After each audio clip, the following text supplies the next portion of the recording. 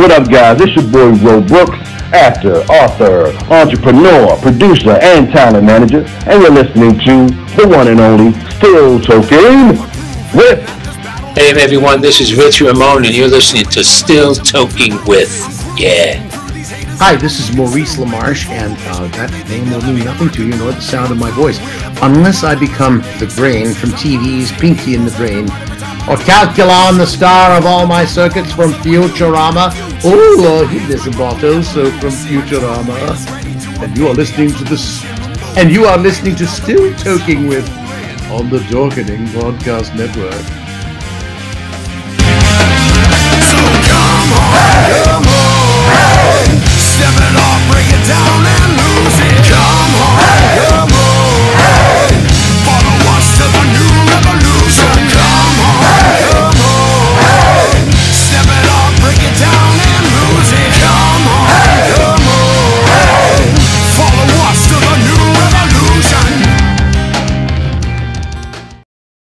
Hey, happy Wednesday, everybody. Yes, it is Wednesday, and it's all good. I am super psyched about tonight's show. This gentleman was part of my childhood for a long time, and I'm going to leave it right there. I'm just going to leave it right there. And as always, the backup to the backup. You looked like you were getting choked up there for a second, Ben. Are you all right? You know, I don't really get starstruck because of some of the amazing guests we've had. But like I said, I mean, this is our second guest from a famous TV show this season, celebrating its 50th anniversary. And when I said, I mean, this was a big part of my childhood. So I don't know about choked up, but I am very humbled to have this guest. I myself caught tons of reruns of the show you're speaking of, and you're though I was young, I still remember. I think this gentleman taught me, like, in the show, I should say. Let me rephrase that. In the show, love. Oh. There was a love there. But I'm just going to leave it there because a lot of our viewers will probably know exactly who this gentleman is once we bring him in. So let's stop messing around and bring in Jeffrey. Jeff. Love you? Hey, you forgot to shave. Yeah, I know. Okay. It's because I only got one. I only got one arm right now, so I decided not even to fight with it. Is that all right? I think it looks good. Yeah, you see how I diverted? You see how I diverted that, right? Yeah, I see how you diverted that. Let's just get right into it. Let's welcome Dean Butler. Hey, Dean. Welcome to the show. How's it going, Dean? He's like, I'm still trying to get past that opening. Hey, I'm still trying to process that opening title sequence that you've got. That is the longest opening title I've ever seen. You are not the first to say something like that. You are not. You are not. I believe Anson Williams said it best. He said, that opening is longer than most California wildfires. Yeah, I mean, my God. Anson Williams. I saw Don Most in there. E. Deason. Yeah. Yeah, I mean, wow. Funny. Anson Williams was in the room when I auditioned for Buffy the Vampire Slayer to play Buffy. Oh, no kidding. And he was one of the, I'm not sure what his function was, but he was in the room when I came in, and I was completely, I don't know if you guys would get this, but I sensed from the whole vibe around your show you would. Sometimes when you go into situations, the world, when it's going well, the world is in focus, right? You can see everything, and it's all, the world slows down and you get it all. This was one of those meetings for Buffy and the Vampire Slayer. Well, I walked in the room and the room was completely out of focus. I didn't know who was in the room when I went in there. I can't tell you why that's the case, but it was just one of those days that I was really nowhere to be found in that room. but I'd known Anson for a few years. And after I read, Anson came up to me some months later at an event and said, "Hey, you know, I put in a good word for you with Buffy. I recommended you." And he said to me, I just told him, "I know him. He's a great guy. Just hire him." I didn't even remember seeing him in a room. This was not a big room. This was like a room with, you know, there were 4 or 5 guys around a table, maybe, you know, a couple of, just a mixed group around people making decisions. This was early on in the run of Buffy, and they were casting Buffy's dad. And I was just completely not present at all. And he said, "Go ahead and give it to him." I was one of those bizarre things. I'm grateful to my friend Ann Williams, who would recommend me to Joss Whedon and the Buffy group. What a great show. I didn't do a lot of them because Buffy's dad was never going to figure heavily in the story that was featuring a girl growing up in a single parent household. But I did have enough time to reveal Hank Summers as a dysfunctional guy and not a particularly good dad. And it was very cool to work with those people. I mean, that was a very, very talented people on that show. I don't know if you talked to anybody from Buffy, but really, really smart people. Well, yeah. Now, how long did that last? I think I did that. I was, you know, in and out of that 5 or 6 times over 3 seasons. I think one of the coolest things about that is I came out of it with a Buffy trading card. You know, that was sort of like the coolest to get out of that. Got the Hank Summers trading card, and I signed 2,500 of them, and they went out to fans, and you know that was pretty cool. I didn't think that the number of episodes I did rated a trading card. They thought I rated a trading card, so I said, "Okay, we'll do this trading card." Well, when you've become a collectible, you've made it. Yeah, yeah. Well, speaking of signing, do you go out and do signings for like Buffy cons or anything like that?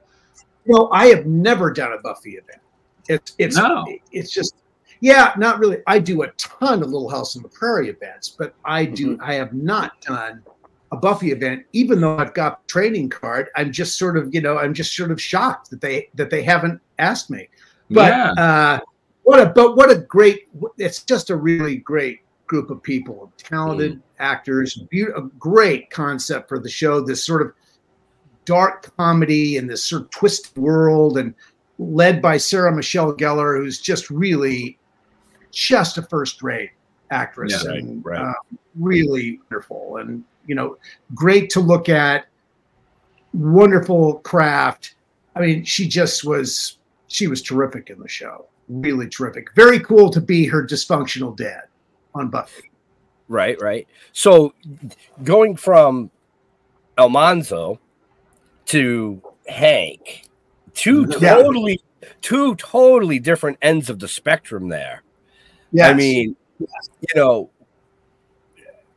and I think that's why they hired me, is because I had this, and between, you know, after Little House, I became Moondoggy. So I went Manly to Moondoggy in the new Gidget. So, you know, all around me is sort of attached this idea of the perfect guy in some way. I mean, a good guy, a really good guy. So it was very, you know, just established when hiring me. He established the possibility that the audience was going to think, "Oh, this is going to be a really good guy," and he turned out to be really not a good guy. And that was a sort of a nice little thing. It wasn't, you know, there wasn't a huge amount to do there, but it was cool to be cast against what I had been doing for so many years. That was sort of fun. Right. And that's where I was going with that, because a lot of actors and actresses, when they get locked into a large role, such as you did with Little House on the Prairie, that's all that the fans see them as. You know, so when they transition to a new show or to something else, a lot of the fans have a hard time well, he doesn't fit like that. No, that's not his character. But it shows the caliber of actor that you really are, to be able to transition from that to, like you said, Moondoggie or to Hank, and still have a huge fan base behind that?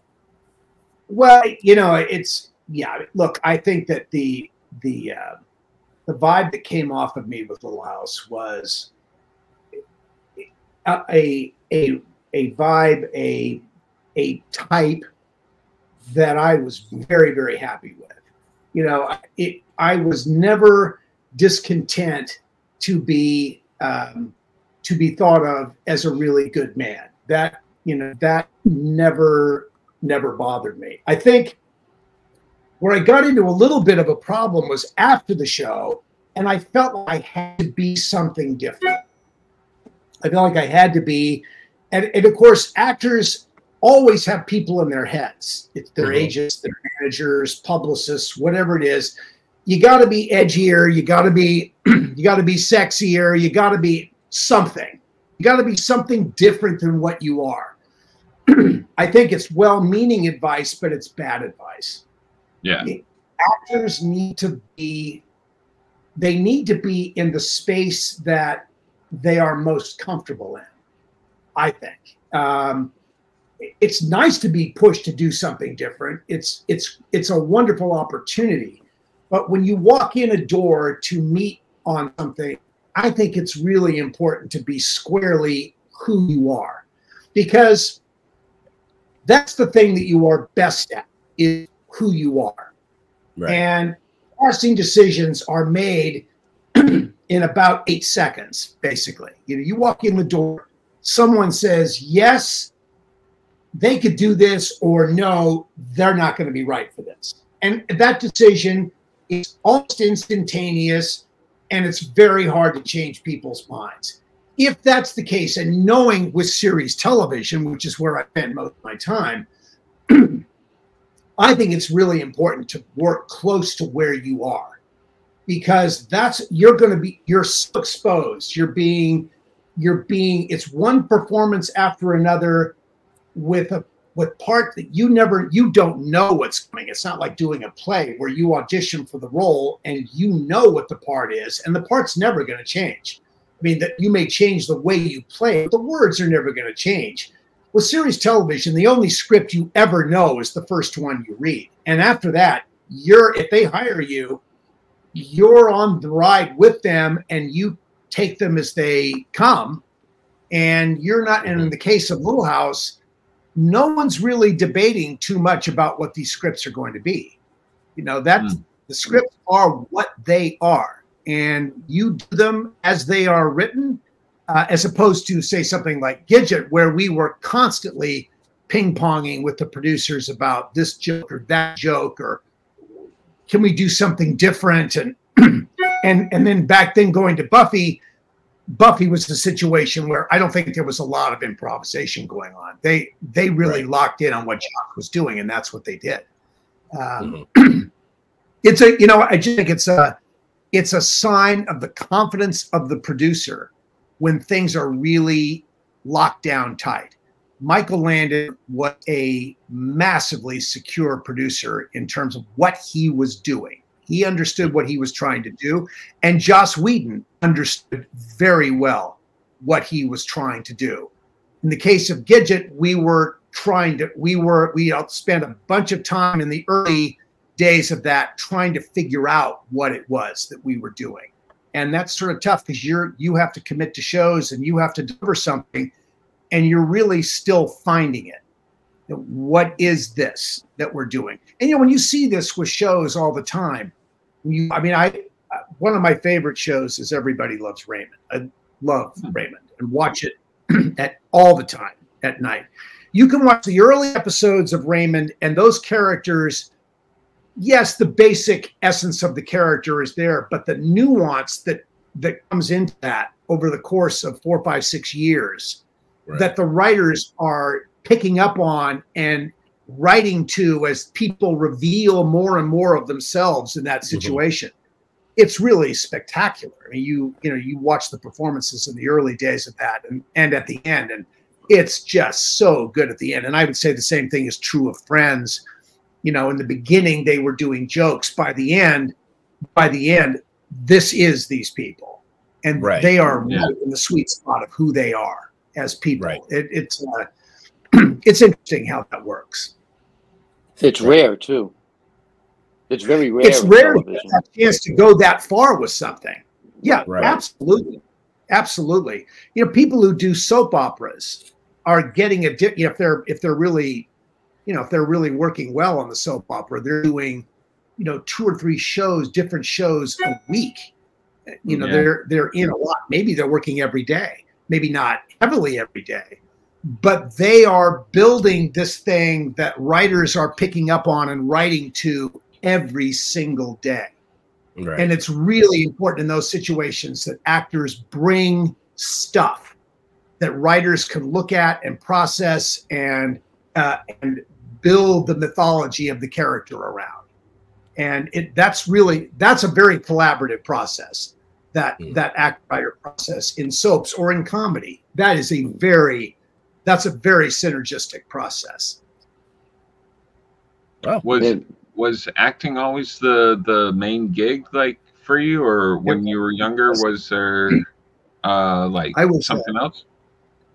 As a kid, I was painfully shy. I was the kid in school who was the AV geek. I was the kid who was running the projectors and backstage doing the lights, and I was that kid.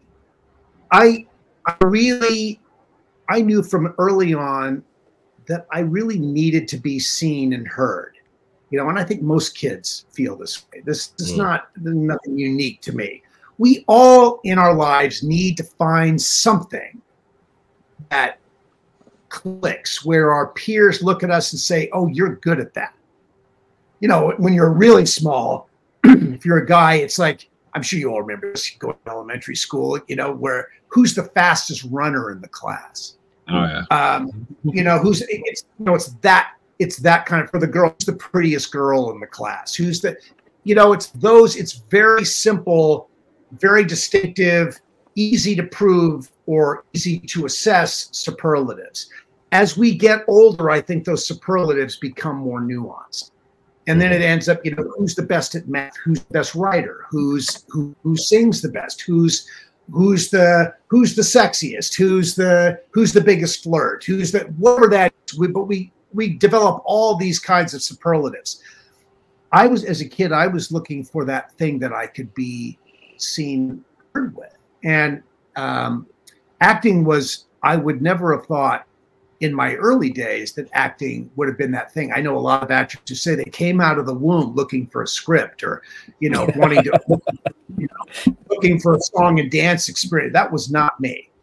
I wanted to be seen and heard. I wasn't sure how I was going to get there. It wasn't until I was a sophomore in high school. So I'm 15, something like that, and painfully shy, not particularly good student, because I was hiding all the time. I didn't really want to be seen. I didn't want to be an object of derision or ridicule or any of that. So I was just trying to lay low all the time. And my geometry teacher invited me to be the scorekeeper at varsity basketball games for our high school team. I was not a good geometry student. But I think he sensed that I needed something, and he invited me to do this, and they taught me how to do the book, which I thought was really cool. I don't know if any of you have done a score book for football games or basketball games or baseball, or, you know, it's sort of an interesting little shorthand language developed and how to do this. And before the first game of the season started, I'm sitting there, and he looks over at me and he says, who's going to introduce the starting lineups? And right in front of me is sitting this, you guys can relate to this doing what you do every day. There's this old short pedestal, silver, you know, chrome microphone sitting on the table right in front of me. And I look at this thing, and if this were in a movie, this is that moment when everything goes dark, the sound goes away, and a pin spot drops down on the microphone sitting on the table in front of me. And I see my life right in front of me. I see the possibility of something completely different right in front of me. And when I spoke into the microphone to introduce the players, the crowd cheered. Yeah, but they had a really good basketball team that year, so there was a lot of cheering for that team. They weren't cheering me, but they were cheering the names. And I made this connection between what I was saying and the response.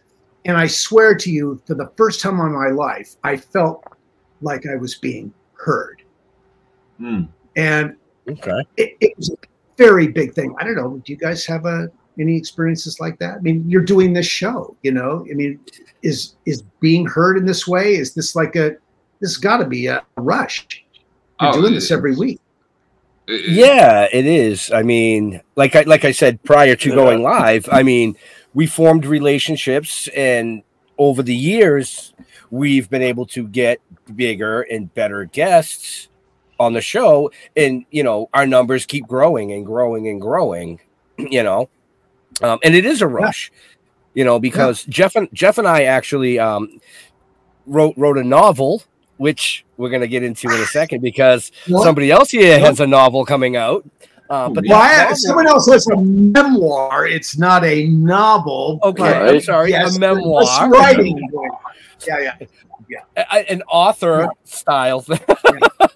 But our novel spun into a comic book series that spun into a live action TV series that is now going to some sort of animation. Which led to this show. Right. We're just trying to have fun. That's all. Where it is for kids now. But I mean, and it's been a rush for us to be able to do signings and events and be treated like VIPs and sit in the green room with people that you never in a million years thought you were going to be able to talk to, just to find out that they're just regular people just like us. Yeah, sure. You know, but I do want to touch on your memoir, which is coming out June 25th, called Prairie Man, My Little House Life and Beyond. Yeah. So can you tell us a little bit about that? So in 2021, when the pandemic was raging, and you know, we were all sort of trying to figure out what we were going to do next and how the world was going to return to some sort of normalcy. It started to dawn on me that the 50th anniversary really come into focus, that the 50th anniversary of Little House was coming in 2024. And thinking, how am I going to participate in this? You know, because I think this is an important milestone program. Little House certainly is not the only show by any means that has achieved this distinction of being really truly relevant after 50 years. But it is one of those shows that has achieved that status. And so what could I do to participate in that? I had been asked for years when I was going to write my book after people had read Melissa's book, Alison Arngram's book, Charlotte Stewart's book, Ketty Lester's book. Then just last year, you know, I guess it was 2022, they read Karen Grassley's book. It was all women in the show. And they'd also read, amazingly, they had read Wendy Lou Lee's book, who played Baby Grace on our show. I mean, she was literally a toddler when we were doing the show. Right. But she's developed this beautiful story, this faith story that she brought to audiences in a book, in a devotional that the Little House fans absolutely love. So I'm looking at all this, I'm thinking, well, none of the men in the cast have written a memoir. Maybe it's time for that. And so I started noodling around with some ideas, and I thought, yeah, I could be the first guy to write a book about this. I approached an agent who I knew, a literary agent, and I told him about my idea, and he said to me, no one's ever going to buy a book like that from you. It's never going to happen. I mean, you'll pay them to write the book. It's going to work. And I said, well, okay. I mean, look, I had no reason to believe that that wasn't true because, you know, I just wasn't. I had no credibility in that space. I just didn't know.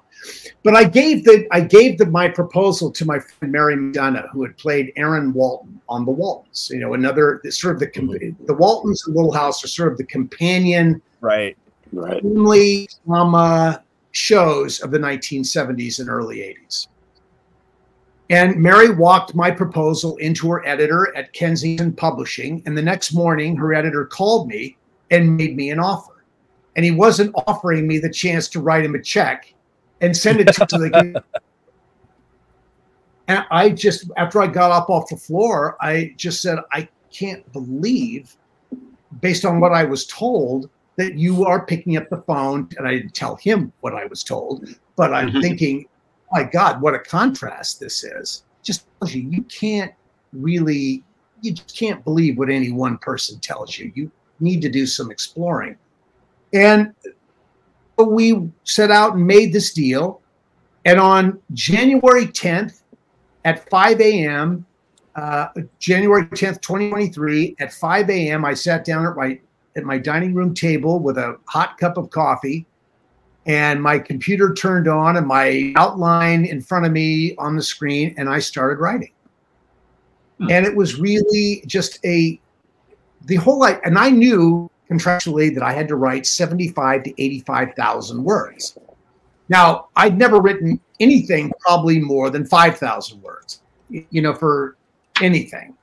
And now that's maybe not for scripts. For a talk show, I've written more than that, but that's different than writing about yourself. I just had never written about myself to that degree. And so, but as I started going with this, the words started coming in. You know, I don't know if you obviously write. You're writing comic books. You're going to be involved in an animated series.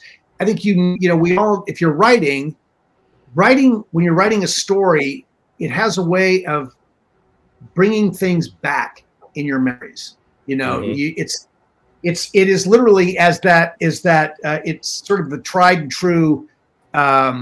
It's almost a cliche, but it's the reason cliches become cliches is because they're very descriptive and accurate.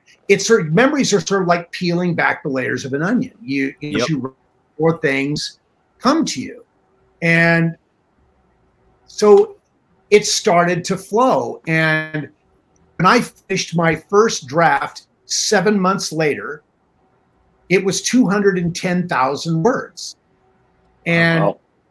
I'd had an editor following along with me, reading so I would write, I'd submit pages, they would look at it, they'd make suggestions, we'd make tweaks. So my 210,000 words became 96,000 words that we turned in.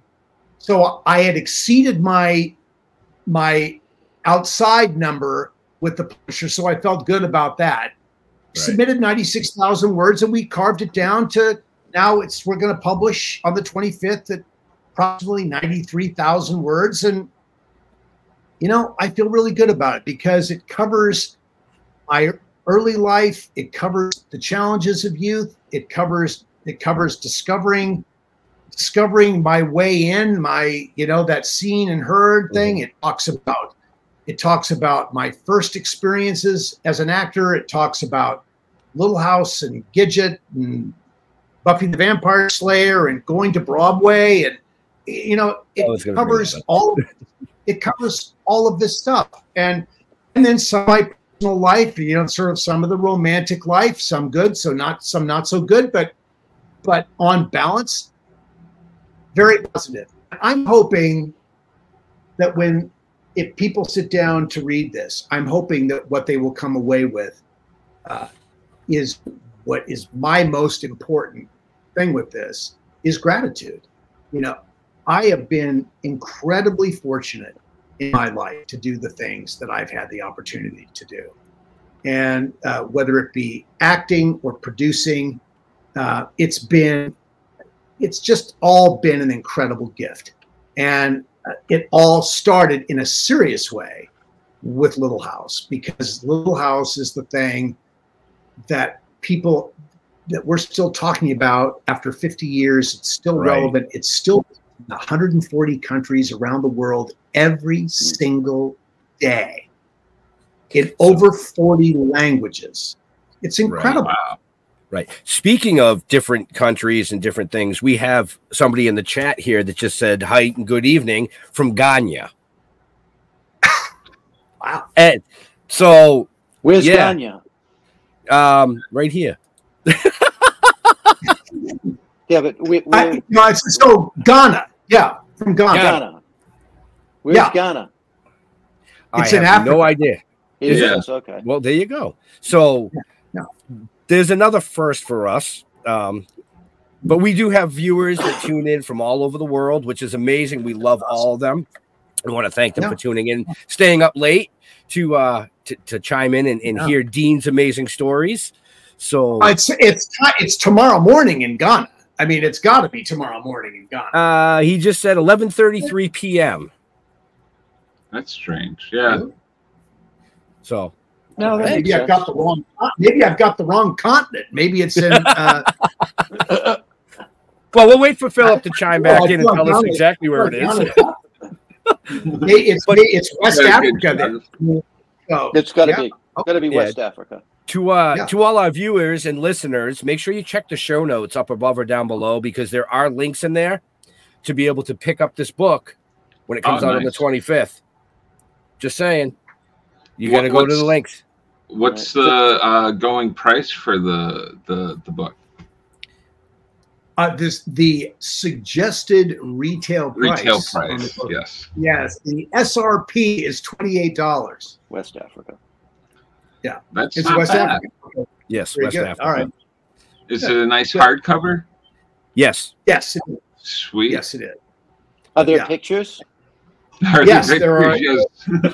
There are no naked pictures in it, gratefully for everybody, but but there are lots of great family pictures and a few professional pictures, but it's a lot of sort of personal family pictures and some stuff that's early on in life, and so we wanted to give people an opportunity to get a sense of what the beginnings of. So I think that's important, especially in a memoir like that, because it adds more depth. Right. Yeah. I think so.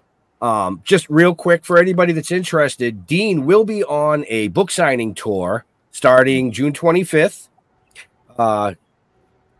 Semi Valley book signing, and then he'll be in Michigan. It's actually Simi Valley at Simi Valley, SIMI. Simi Valley is just which is on the northeast rim of the Los Angeles basin. That's where Little House on the Prairie was shot. That's where all of our exteriors were. That's where Walnut Grove was.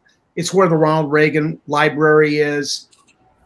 It's that area, and we shot it at this beautiful place called the Big Sky Movie Ranch, which has been the home to dozens and dozens of movies, television shows, probably hundreds of commercials, music videos.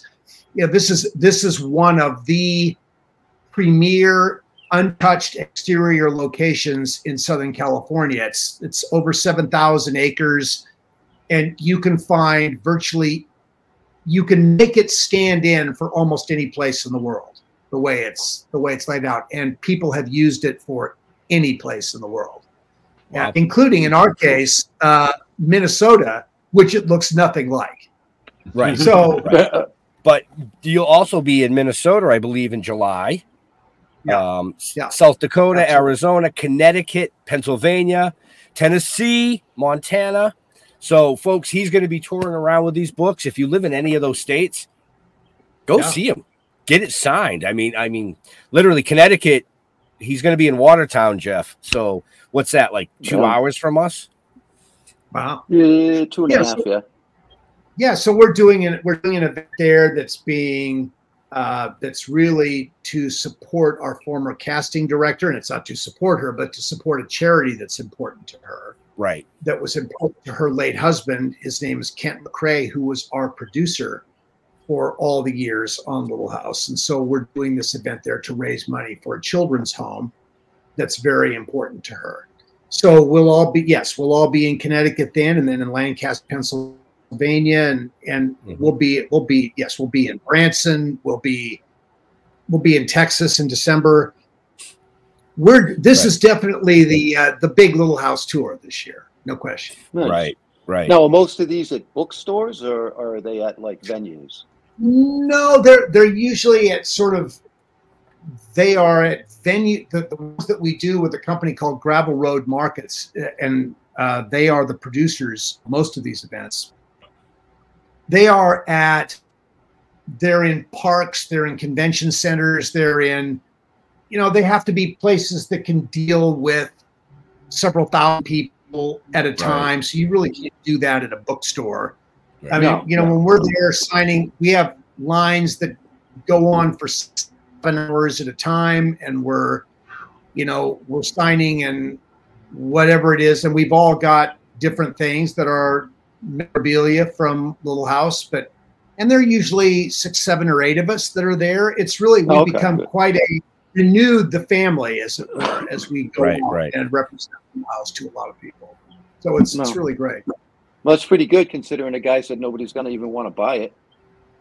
Right? For real. Yeah, right. Oh, yeah. I mean, and who knows if people, it was for a period of time. And of course, the metrics change so fast, but it was the #1 pre-sale book on Amazon. It has been in and out of that category several times. #1 pre-sale in drama memoir, something like it's, entertainment memoir. So people are aware of it. You're helping to make people aware of the book, which I really appreciate. So yeah, it's been it's cool to be able to speak about something that you've worked on. And it's always, we did this huge event in Simi Valley in March, the Little House on the Prairie 50th anniversary cast reunion festival that was in the planning stages for 5 years before it happened, but it really seriously came together in the last 18 months. I mean, that's really when these things happen. It's a lot of talk, and then you have to get real and start doing it. Well, we had 18,000 people over 3 days from 27 countries come to see us. And we took people back to Big Sky Movie Ranch and put facades of the exterior sets back on Big Sky, geolocated to be exactly where they were, so you could drive into Walnut Grove again and see. And we rebuilt roads. We cleaned it all up, so it looked a lot in 2 dimensions, not in 3 dimensions, but in 2 dimensions. It looked like what you would have seen if you'd come into Walnut Grove. And then in another location, we rebuilt the interiors of the set. We rebuilt the interiors of the church and school, if you're familiar with that. Olson's Mercantile, which was a very popular set, a lot of good candy in Olson's Mercantile. And of course, the interior of the Little House. And the candy was real? I'm sorry? The candy was real? Oh, the candy was real. Oh, there were a lot of people in there reaching in, like Willie Olson reaching in. Yeah, the candy jar to go for the jawbreakers. The candy was all real. It was so cool. I mean, our props people did screen grabs of the interior of Olson's Mercantile from all the different angles that it was shot. And they went out and found just what was there. And so when people walked into these sets, they felt like they were stepping into something that you could have shot on. It was really incredible what with the work that was done. And we had people for 3 days in these endlessly long lines waiting to get in and see these things and meet the cast. And we did panels, and there was music, and there was original art and recreated costumes.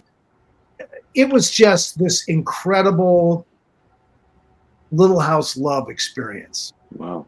That takes a meet and greet to the next level, I'll say that. Oh, yeah. Oh, yeah. Yeah, that's an experience right there. Yeah. Yeah, I mean, the lines were just off the charts. We've never seen lines like this. It was just absolutely amazing. What's that? He said only at the airport. Only at the airport. Yes. going through TSA on a holiday on a holiday Thursday. Yes, Right. maybe similar to that. Yeah. Yep. That's why you have to buy your VIP passes in advance, folks. Right? Yeah. No, exactly. I mean, but you know, we're sort of an egalitarian group. We did not, you know, we all thought back to, you know, when you go skiing and people buy special passes so they can cut the lines. We gave VIP people access to special food and special restrooms and, you know, and a swag that we created for them.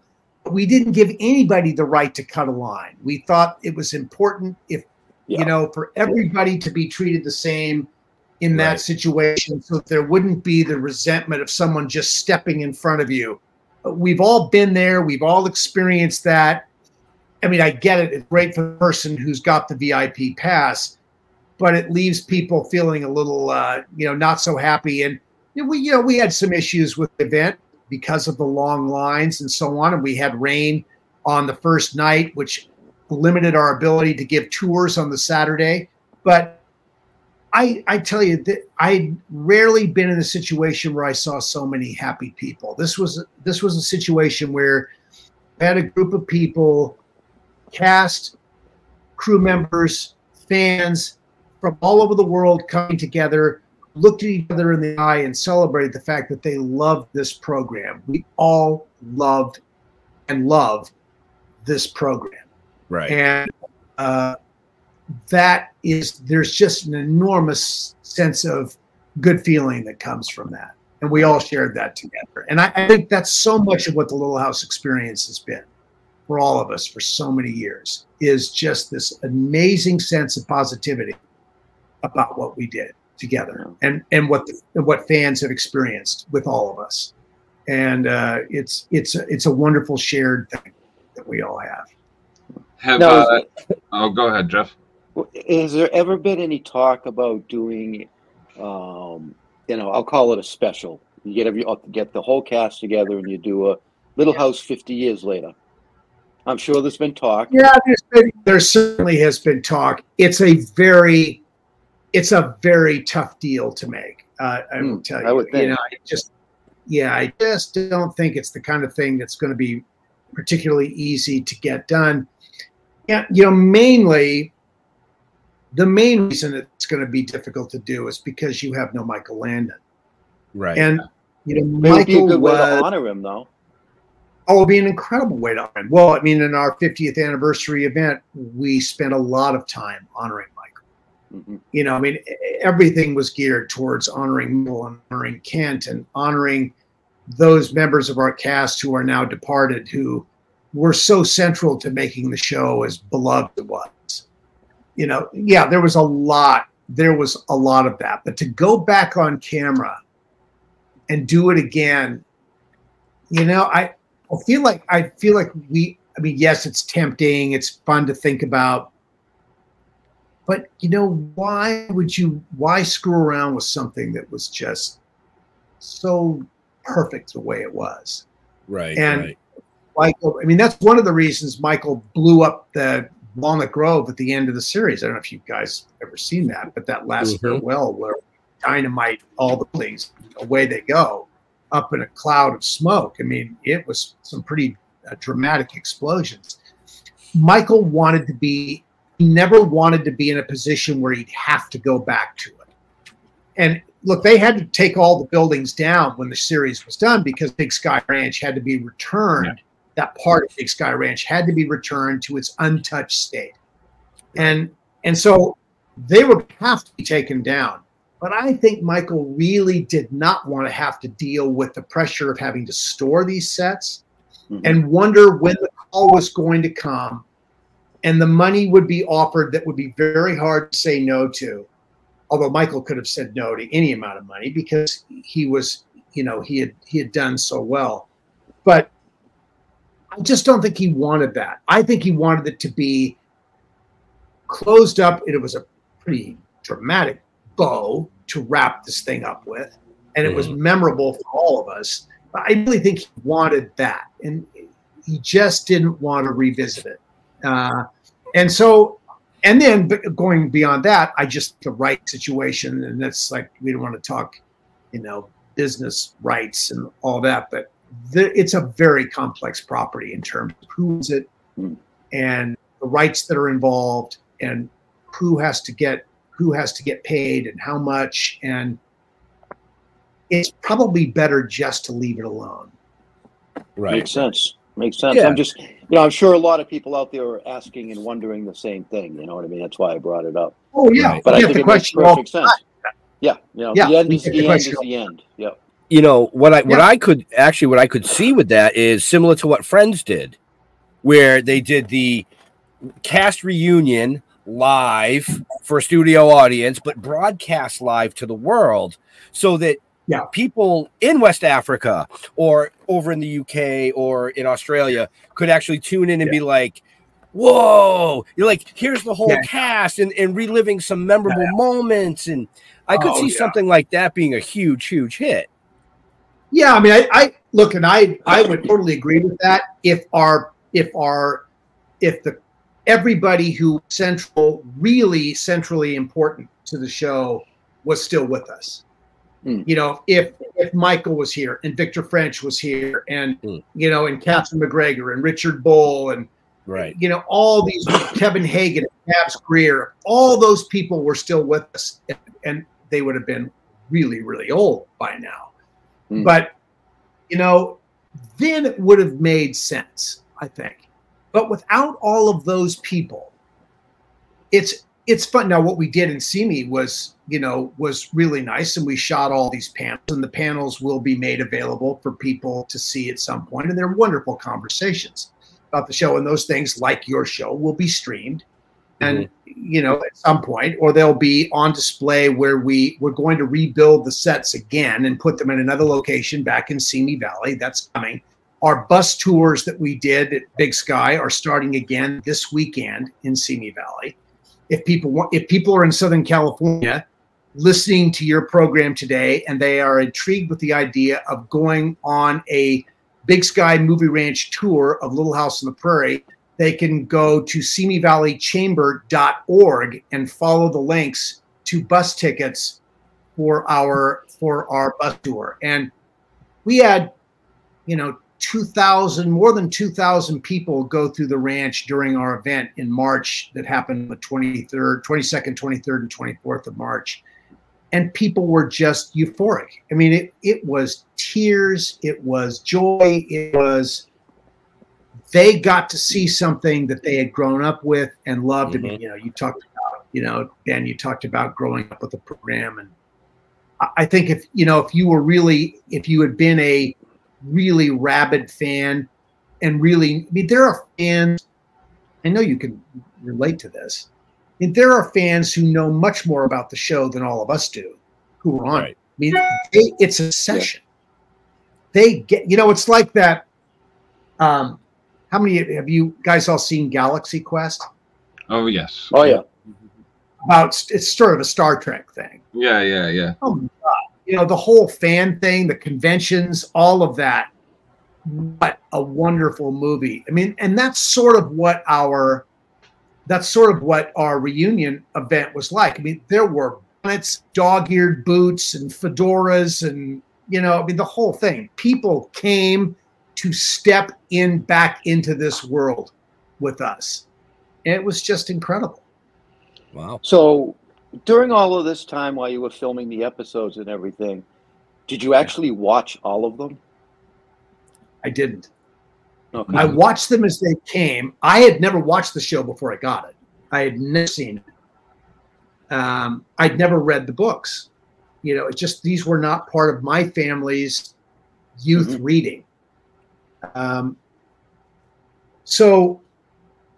I think the deal is, and what I've sort of come to figure out or decide or process is that it wasn't important that I knew the books or had watched the series. What was important is that Michael Landon thought, when he met me, talked to me, read me, looked at me, thought, this guy can fit in to my world.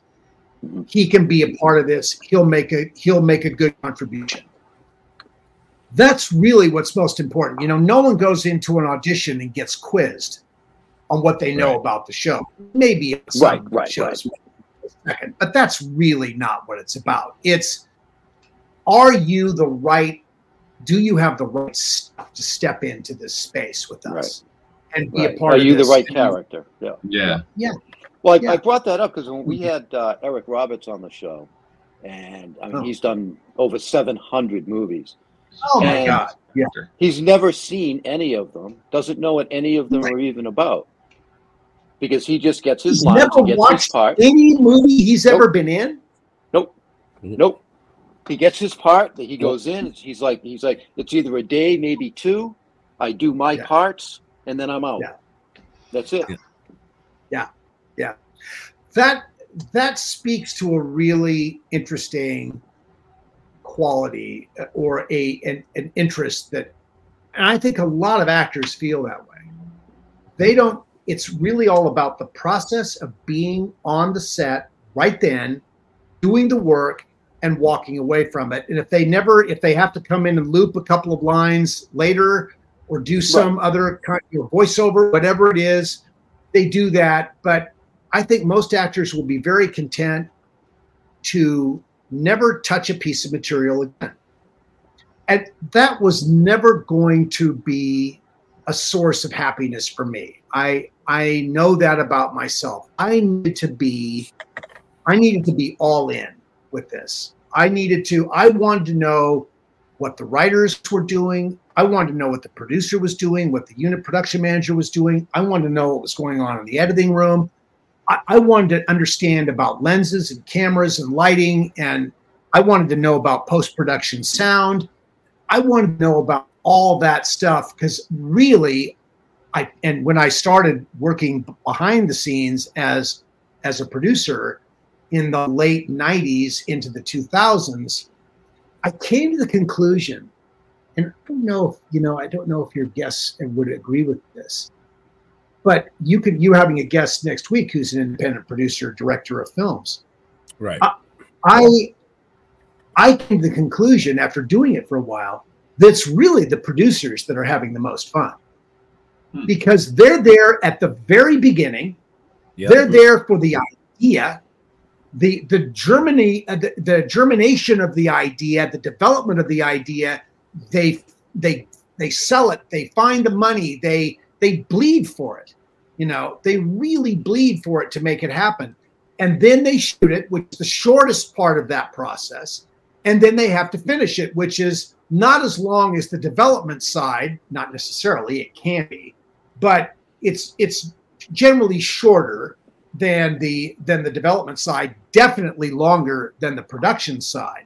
Yep. But they get to see it from the blank page on their computer screen, like, let's do this, to the end when they're looking at the fully realized, fully formed, whether it be, look, at any level, from podcast to major motion picture, it's a process that you go through. Right. To make this. Like, which one of you dreamed up that title sequence that drives your show? The gentleman that actually dreamed that up is not here. That's Leo Pond. He is the producer for a lot of the shows on the network. A good friend of ours. Having a difficult time right now with some personal issues at home and just bought a house. And so usually he's in my spot and I'm where Jeremy is. But Jeremy has stepped up to the plate over the past couple months to really help us out on the show. Which gives me the opportunity to look at the comments and make sure that all the streams are going to the 28 different platforms. That's why the opening sequence is so long. So it has a chance to sync up with all the platforms. And, it's all going to be shared everywhere. Yeah, right. So Jeremy, what's it like to be in the bullpen and be now in the game? Oh, it's fantastic. I've been traveling with these guys for a good amount of time. They brought me, we're from Massachusetts, but they brought me to cons down in Virginia, Maryland. You know, travel around with them. I've gotten to meet a lot of interesting people, and get And some to, not so as you interesting. say, some not so interesting, but as you said, I get a rush from this. Like after a show, like when we were doing one of the panels, we were running the panels for the one of the cons. And after the panel, the panelists came up to me and they were just like, wow, you should be doing such and such and blah, blah, blah. You're really good at this. And that is the rush. I like getting to make sure that that you get your word out there so you feel like that I've done my job. Yeah, right. No, but we don't want our guests. Yeah, we don't want our guests to feel like they're sitting in a studio somewhere and it's going to be this question and this question and this question, and you know what's coming next. And we want we like our friends to be comfortable and just kind of chit chat. You know what I mean? Yeah. Oh, I'm curious. Do any of the three of you play golf? I used to. Jeff and I used to do this thing that was kind of like golf. We would hit the ball, but I mean, I could drive that ball pretty damn far, but I could not putt for the life of me. So I'd get it on the green, pick it up, and go, give me whatever you want. Next hole. Right. Now, I'm one of those that I could putt, but when it comes to irons, I'm a worm burner. Wow. I can't get the damn thing in the air. So that's how I am with driving. So I'm curious. I mean, have either three of you watched a show I did for Golf Channel for 10 years called Feherty? I have not watched it, but I have heard of it. Do you know who David Feherty is? Yes. So, so for the others, David is one of the premier analysts in the game of golf, a former pro, Ryder Cup player from the European side. He was he's now the lead analyst on all the live broadcasts or the live streams that are out there. He was for 26 years at CBS and for 10 years at NBC. And now he's at Live, when Live offered him $5 million a year to go be the analyst, he took it. And so he went to Live. But David is this wonderful, what you said triggered me on that. I don't want to get off. We don't want to get into too big a digression on that. But David is this wonderful Northern Irish humorist, writer, golfer with this. And when we did this show, we did 150 hours of the show over a 10-year period. These were hours in the beginning, and then they went to hours, and we did live shows, and had the biggest names in golf other than Tiger Woods, who David wouldn't have on because he knew that Tiger would never answer the questions that he'd have to ask. So, and David always said, I want guests, not victims. That was his vibe. That was his deal. And this is sort of in sync with where you guys are coming from. Right. He wanted people to come on and be comfortable, have a good time. He didn't want them to feel that they had to be looking out for the gotcha question. Right. That was going to, be the thing that would sort of wipe them out in front of the audience. David is a recovering alcoholic. He's been addicted to every substance known to man, and he's wide open about it. And, so no guest has to worry that he's going to zing them with their stuff when he's been through the shit that he's done. Right. David has abused everything and has lived to tell the tale, and audiences love him because he's so honest about it. He's not afraid to share. And so he makes his guests feel, he makes his guests feel comfortable with whatever it is that they're going to come on and share. I think it's a gift, that's a gift in a talk show environment to make people feel at ease so that they'll really hear something. And I think, the trick to that is just be you. Oh yeah. Yeah. Just be you. That's all. Yep. Totally. You know what I mean? Totally. Yeah. So. Yeah, I think over the years, I think there was really only one zinger question that Jeff got, and that was with Vernon Wells. And he brought up the fact, he asked Vernon, so what did your mother think about you being in a porno? And he was like, whoa, where did you find that? But he answered it, and he was a good sport about it. And he had a blast on the show. Wow. That would be if you weren't expecting that, that'd be a tough one to get. Right. Yeah. But I thought he handled it very well. Yeah. Very well. Good for him. Well, he asked me if I watched it. He's like, how do you know about that? You watched that shit? So yeah, he was a great sport about that. But I think that would always be a good comeback in a situation like that. Absolutely. Right. We are running over time. We're having a blast, but I don't want to keep you all night. So I am going to say, Jeffrey, do you have any last questions for our amazing guest? Yes, I have two. I know you do. My two. Yep, I have two questions. First one, what do you like on your pizza? Oh, well, okay. I'm sort of heavily go into the meats, so I like sausage, pepperoni, a lot of cheese. And I like it really spicy. I mean, I'm pouring the pepper, the pepper flakes on there. I want it to light me up. You're the guy who those are for. Right. Okay. Why is there pepper flakes on the table? Anybody use these? Yeah. No, I love it. I love that. I put those on anything. Right. Have you tried adding diced up chili peppers to it? Oh my God! I mean jalapeno. Oh, not jalapenos. Those things are weak as shit, man. You need like the hardcore chili peppers and shit.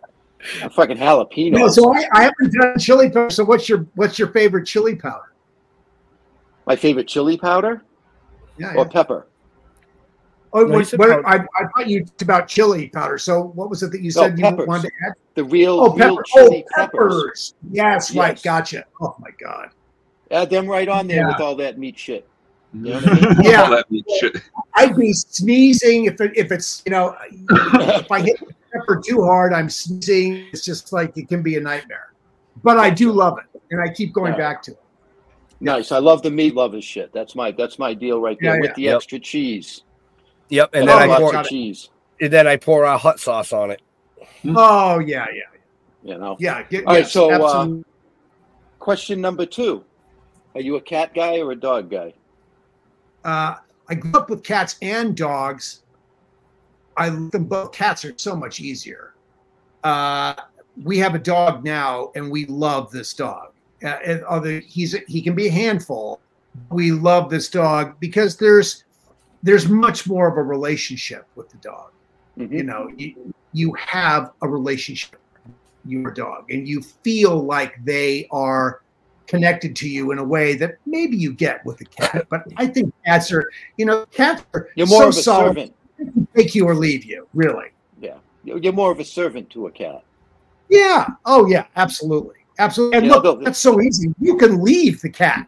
You can't just get up and pick up and leave the dog. That's a real problem. Yeah. You can take off for the weekend and just throw some food on the floor for the cat. Yeah. Oh yeah, totally. Yeah.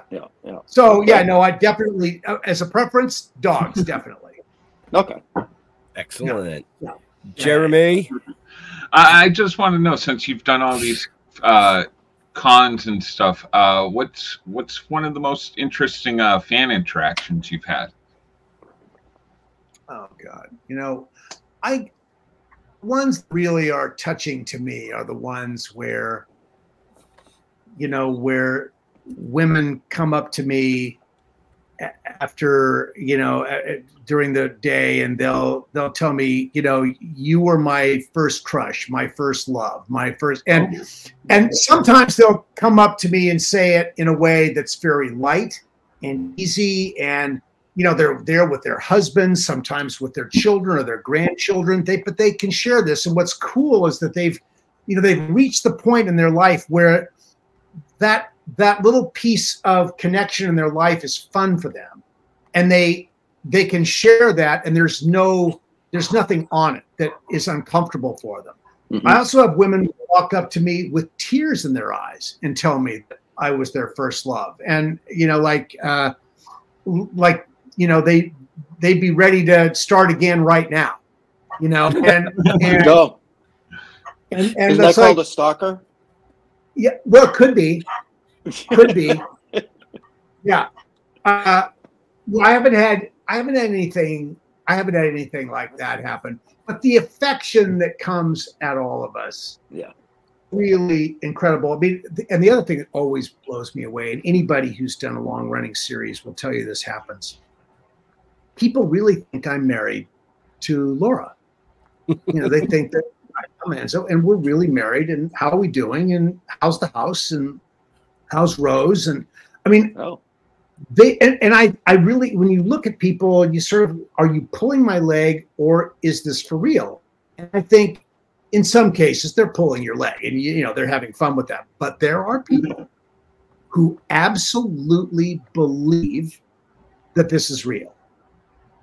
And they think that, how are things in Walnut Grove and, all of that. And it's really wild. And, you don't want to blow that person up. Right. They would tell you that. But it does make you wonder about someone's sense of reality and what's really going on in their lives. And right. So that's a little, perhaps a little uncomfortable. Yeah. But in the main, it's a very sweet thing. People love it. And they share that with us. And it's just this incredible affirmation and gift that we did something all those years ago that still matters to a lot of people. That's pretty great. Cool. Right. Yeah. Right. So, that's all from me. Yep. So I'm going to ask the question that our producer usually asks, that Jeremy sometime will ask. Okay. What does Dean geek out about? For instance, there was a guest on who really totally geeked out about the history of sunken vessels, something that not a lot of people would know about.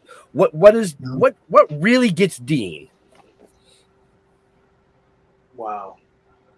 Well, what really gets Dean is I'm not going to tell you. Must be burning well. But I will tell you that I had a very fun experience years ago, and I was in Las Vegas, I was in New Orleans, flying back to Los Angeles, and I'm sitting in the in the boarding area of this flight, and I look over, and this was 15 years ago.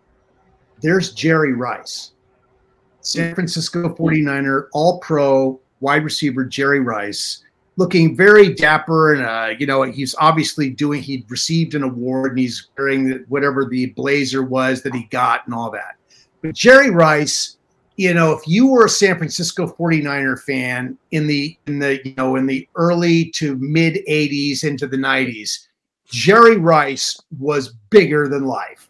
And the things he did were magical that you watched on Sunday afternoons. Jerry Rice had obviously been partying big time in New Orleans. I mean, he looked almost like he was falling asleep on his feet in the boarding area. I don't know what possessed me. I don't know how I would have reacted if someone did this to me, but this tells you how bad it can be when someone. So I get what it is to be the fan. I'm a fan too. I was a huge Jerry Rice fan. I woke this guy. He was out. He was out in first class, gone. And I went and nudged him on the shoulder and woke him up and asked him to sign a cocktail napkin for me. Oh my! Afterwards, I felt like, how big an idiot are you to have done this? The really cool thing was, because he could have just bitten my head off. Mm-hmm. He could barely open his eyes, but he was so cool about it, and he signed the napkin, and he put the pen down, and he was gone.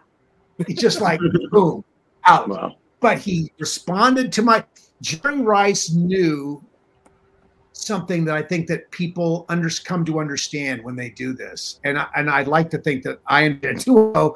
I wasn't respectful of his space at all.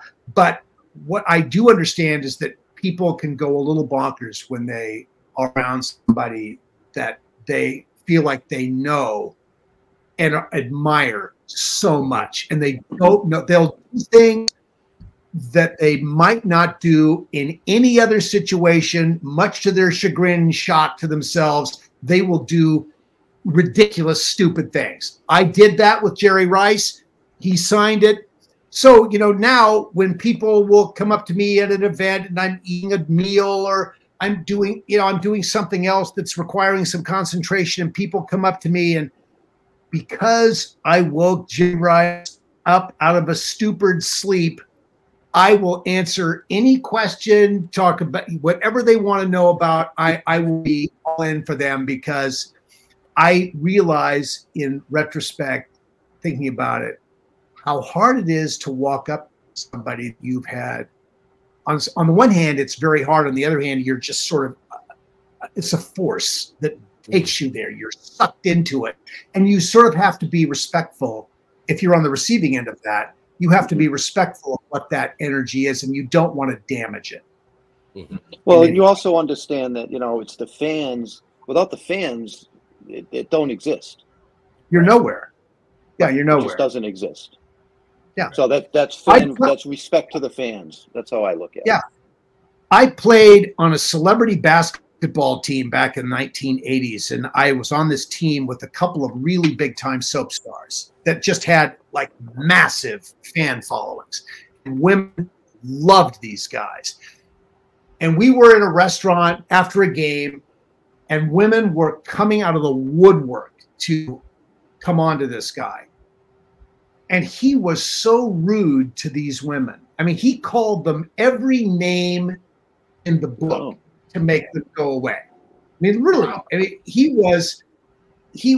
it got a little gross in what he was willing to say to these people. And I said, wow, when the last one went away for a while, when there was a break in the action, I turned to him and said, how do you do that? These people love you. And he said, they love the abuse. They love being told F off and, get the hell out of my face and whatever else he tells them. Now, I don't know if that's true, but that's how he processed it. It didn't mean the women all giggled as they went away. I mean, no one threw a drink at him. It's like they just sort of expect that this is who he was. Of course, it was a lot like the character he played on the soap opera. So maybe that's I was just going to ask. That might be a part of it. Rudeness, I just couldn't wrap my head around the rudeness. So I will never behave that way. No. I'm a firm believer that there's a polite way to tell somebody to fuck off. Oh, look at that. We made it an hour and 15 minutes, and the first F-bomb comes out at the end of the show. Well, all right. So you want a Samuel L. Jackson story? Oh, I mean, no one says fuck off the way Samuel L. Jackson does. No. I mean, it's like, it's all like, it's just like Blue Streak. Samuel L. Jackson was bemoaning to David Feherty after an interview. We were doing a walk and talk after they did an interview. And Samuel L. Jackson's a wonderful golfer and so on. But they're walking along, and Samuel L. Jackson said, I can't tell anyone fuck off, hurt their feelings anymore, because they love you tell them they're a motherfucker and get, they just think it's the greatest thing in the world. Oh, right. My motherfucker, this guy's a motherfucker. He's a motherfucker. They love it. And so he said, I can't insult anybody anymore. So his thing that makes him so popular also makes it impossible for him to push people away. He just keep coming for more. Right. That's funny. Everyone's got something. Right. Yeah. Wow. Yeah. What are you looking at, Ben? Oh, just last comment. One of the last comments. My God, they're going to cut us off. We got to get out of this thing. Oh, never approached any celebrity. What was that text? So never approached any celebrity. Autograph told in hand. Off like they were trying to say. They were likely trying to save face before they could cry in their car. Yeah. Maybe. But on that note, we do have to let this amazing gentleman go. Guys, thank you for having me. So I do want to do this. So Dean, where do you like interacting with your fans on social media? So at Facebook, Instagram, and TikTok, I am official Dean Butler. there are, on Facebook, there are a ton of scams there now. People do things. There are a lot of them. But it's official Dean Butler is actually me, and we monitor those. So we don't monitor all the fakers. We do monitor ours. Excellent. Excellent. So there you have it, folks. That is in the show notes, by the way, up above or down below, along with the link to pre-order the book. Dean's book, which will be out on June 25th. And if you're in any of those states that I mentioned earlier, or I'm sure there'll be a website somewhere there that you guys can. Little House Cat Events on Facebook that's run by Gravel Road Markets is a great place to find out where we are. So you might want to put in your notes as well. Yeah, Little House Cast Events on Facebook. And Gravel Road Markets is another place that you can find. There are those places where our information is out there. Thanks for awesome stream. I did like Buffy Little House, and I wish you all the best. That's very nice. From Undead Ramen. That's cool. Right. I didn't realize putting these things up during the stream. I was looking at my Twitter all the time. I wasn't looking at the notes. So that's okay. So Jar Jar. Oh, find me on Facebook, Jeremy Courtney, always looking for new friends. You can check me out every Tuesday night at 8 p.m. on Splash Pages on Facebook or YouTube, where we live stream about comic books and have interviews with writers and artists and all that wonderful stuff. Next week, we're hoping to have Cullen Bunn on and Tyler. Ooh, I'm forgetting his last name. Tyler something. Tyler something. Definitely, you should check it out. It's gonna be a great interview. That way better than this moment right here. Jeffrey. Wow. Well, as always, Toking with the Dead on Facebook or stilltoken.com. All our stuff is all on stilltoken.com. As far as me go, just like Dean said, there's a ton of Jeffs on Facebook. And I don't have an official. I'm not an official. I don't have official Jeff on Facebook. You know? I just don't like that. I kind of hide behind the other Jeffs, I guess. Okay. So go to stilltoken.com. That's where you can find out everything about us. Cool. Excellent. Like Jeff said, stilltoken.com. If you're in the Massachusetts area this weekend, we will be in Greenfield, Mass at the Grumpy Cup. Yes, the Grumpy Cup. For 2 days, Saturday and Sunday. So if you're in Massachusetts, come out and say hi to us. Want to thank Dean for taking time out of his busy schedule to come out here and chat with us. I hope you guys enjoyed that. Definitely pick up his book. I'm going to have to look at the tickets to the Waterbury, Connecticut show. I might have to take a little trip down there. So I think that would be a great time. But in all seriousness, as usual, to all our veterans and first responders, we want to thank you for doing what you do so people like us can do what we do. Stay safe. We'll see you next week. We're out of here. Maybe. Wait a minute. Ben's got to find the right button. There it is. There it is. So come